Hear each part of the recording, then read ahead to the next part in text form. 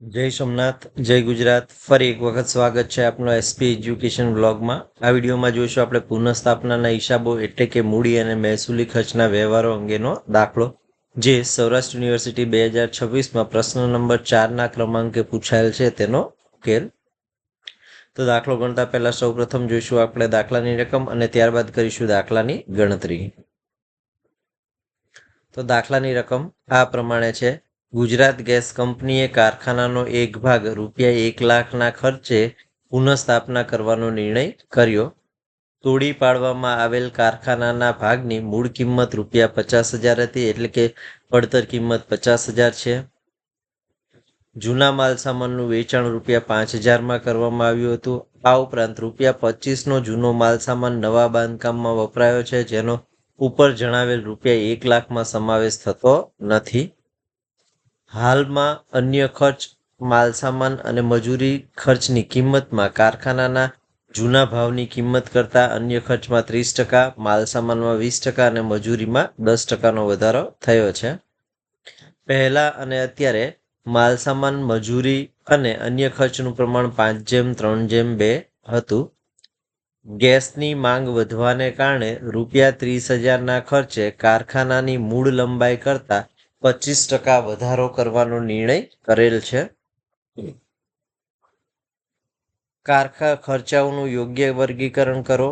મૂડી અને મહેસૂલી ખર્ચની વહેંચણી દર્શાવતું પત્રક તૈયાર કરો અને જરૂરી આમનોંધ લખો. તો આ દાખલાની રકમ છે, જે સૌરાષ્ટ્ર યુનિવર્સિટી 2026માં પૂછાયેલ પ્રશ્ન 4નો ઉકેલ આપણે મેળવવાનો છે.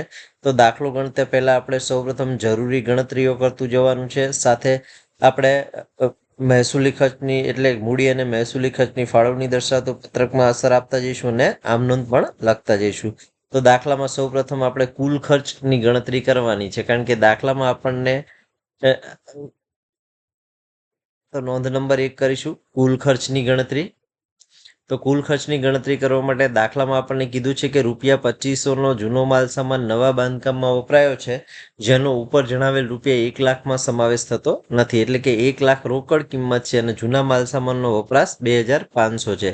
તો કુલ ખર્ચ શોધવો હોય પુનઃસ્થાપના, તો પુનઃસ્થાપનાનો કુલ ખર્ચ બરાબર રોકડ ખર્ચ વત્તા જૂના માલ સામાનનો નવા બાંધકામમાં વપરાશ. તો રોકડ ખર્ચ છે એ 1,00,000 છે, જ્યારે જૂના માલ સામાનનો વપરાશ છે એ 2,500 છે. તો 1,00,000 વત્તા 2,500 કરીશું તો કુલ ખર્ચ મળશે આપણને 1,02,500. તો આપણે કુલ ખર્ચની ગણતરી કરી લીધી છે, 1,02,500 મળ્યો છે આપણને. હવે આપણે મહેસૂલી ખર્ચની ગણતરી કરવાની છે. તો નોંધ નંબર 2 કરીશું આપણે મહેસૂલી ખર્ચની ગણતરી. તો મહેસૂલી ખર્ચની ગણતરી કરતા વખતે સૂત્ર આપણે યાદ રાખવાનું છે, મહેસૂલી ખર્ચ બરાબર જૂના માલ સામાનની વર્તમાન કિંમત વત્તા ભાવ વધારો. હવે જૂના માલ સામાનની વર્તમાન કિંમત વત્તા ભાવ વધારો કરવાનો હોય ત્યારે તમારે આ 3 સૂચનાઓ યાદ રાખવાની છે. એક તો તોડી પાડેલ કારખાનાના મૂળ કિંમત એટલે કે જૂની કિંમત 50,000 હતી. હાલમાં આ જે 50,000 છે એમાં માલસામાન, મજૂરી અને અન્ય ખર્ચનું પ્રમાણ 5:3:2 છે, જ્યારે માલસામાનમાં 20%, મજૂરીમાં 10% અને અન્ય ખર્ચમાં 30%નો વધારો થયો છે. ભાવ વધારો એ કરવાનો છે. તો જ્યારે પણ આપણે મહેસૂલી ખર્ચની ગણતરી કરતા હોય ત્યારે સૌપ્રથમ આપણે જે પડતર કિંમત છે એને જે પ્રમાણ આપ્યું છે એ પ્રમાણમાં આપણે ફાળવી દેવાના છે. તો આપણને માલસામાન, મજૂરી અને અન્ય ખર્ચનું પ્રમાણ 5:3:2 આપ્યું છે, તો 50,000ને 5:3:2ના પ્રમાણમાં ફાળવી દેવાના છે, એટલે કે કુલ પડતર ₹50,000ને 5:3:2ના પ્રમાણમાં ફાળવતા. તો સૌપ્રથમ આપણને માલસામાન મળશે 50,000 ગુણ્યા 5 ભાગ્યા 10 કરીશું તો માલસામાનની પડતર મળશે ₹25,000. ત્યારબાદ મજૂરી, તો મજૂરીના 3 ભાગ લેવાના છે, એટલે 50,000 ગુણ્યા 3 ભાગ્યા 100 કરીશું તો મળશે 15,000. જ્યારે અન્ય ખર્ચ એટલે કે 50,000 ગુણ્યા 2 ભાગ્યા 10 એટલે 10,000. આમ માલસામાન 25,000, મજૂરી 15,000 અને અન્ય ખર્ચ છે 10,000. હવે દાખલામાં આપણને સૂચના આપી છે તે મુજબ આપણે ભાવ વધારો કરવાનો છે. તો કે હાલમાં અન્ય ખર્ચમાં 30% વધારો કરવાનો છે, માલસામાનમાં 20% વધારો કરવાનો છે અને મજૂરીમાં 10%નો વધારો કરવાનો છે. તો આપણે આવી રીતે લખી નાખવાનું છે, વિગત માલસામાનમાં 20% વધારો, મજૂરીમાં 10% વધારો અને અન્ય ખર્ચમાં 30% વધારો અને કુલ ખર્ચ. તો આપણે જે ફાળવણી કરી છે કુલ પડતરની એ પહેલા આપણે લખી નાખીશું. જૂના માલસામાનની પડતર કિંમત માલસામાનની 25,000, મજૂરીની 15,000 અને અન્ય ખર્ચની 10,000. કુલ રકમ થશે 50,000. હવે આપણે એમાં ભાવ વધારો ઉમેરી દેવાનો છે. તો 25,000ના 20% એટલે કે 5,000 થશે માલ સામાનમાં ભાવ વધારો. મજૂરી 15,000ના 10% એટલે થશે 1,500. જ્યારે અન્ય ખર્ચ 10,000ના 30% કરશું તો મળશે 3,000. 5,000 વત્તા 1,500 વત્તા 3,000 કરીશું તો કુલ ખર્ચમાં ભાવ વધારાની રકમ મળશે આપણને 9,500. હવે ભાવ વધારા સાથેની આપણે રકમ શોધીશું તો મહેસૂલી ખર્ચમાં માલ સામાનનો મહેસૂલી ખર્ચ 30,000 થશે, મજૂરીનો 16,500 થશે અને અન્ય ખર્ચ થશે 13,000. અને કુલ ખર્ચ મહેસૂલી ખર્ચ થશે 59,500. જેને આપણે મૂડી અને મહેસૂલી ખર્ચનું પત્રક બનાવી મહેસૂલી ખર્ચ તરીકેના ખાનામાં દર્શાવવાનું છે. તો આપણે સૌપ્રથમ તૈયાર કરી લઈશું મૂડી અને મહેસૂલી ખર્ચની ફાળવણી દર્શાવતું પત્રક પુનઃસ્થાપનાના ખર્ચની.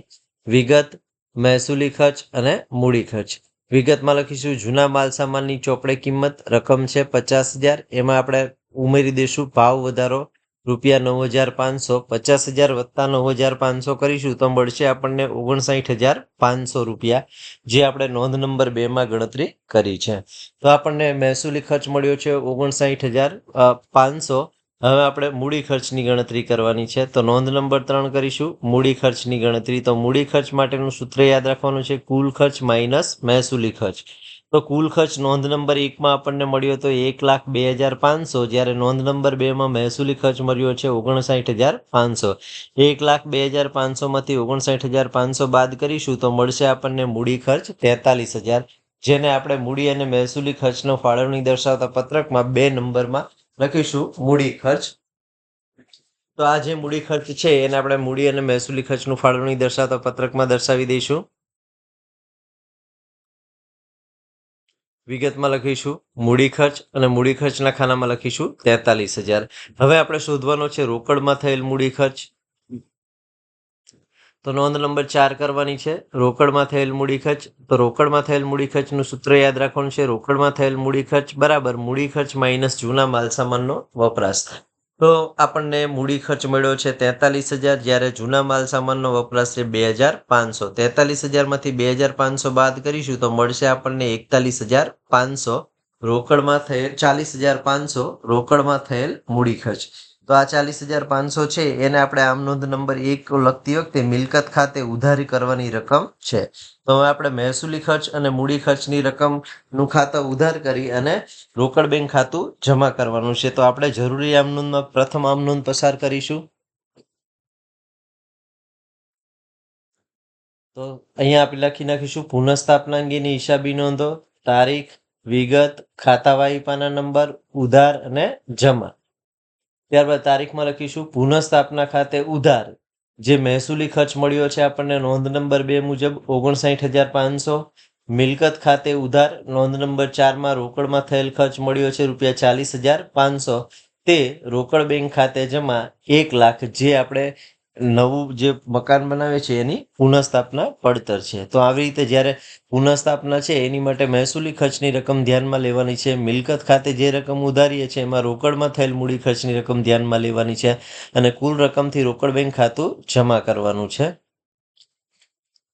હવે દાખલામાં આપણને જૂના માલસામાનનું વેચાણ ₹5,000માં આપ્યું છે અને જૂના માલસામાનનો વપરાશ નવા બાંધકામમાં 2,500નો થયો છે, જે મહેસૂલી આવક હોવાથી આપણે પત્રકમાં દર્શાવવાની છે. મૂડી ખર્ચમાંથી બાદ કરવાની છે મહેસૂલી આવક.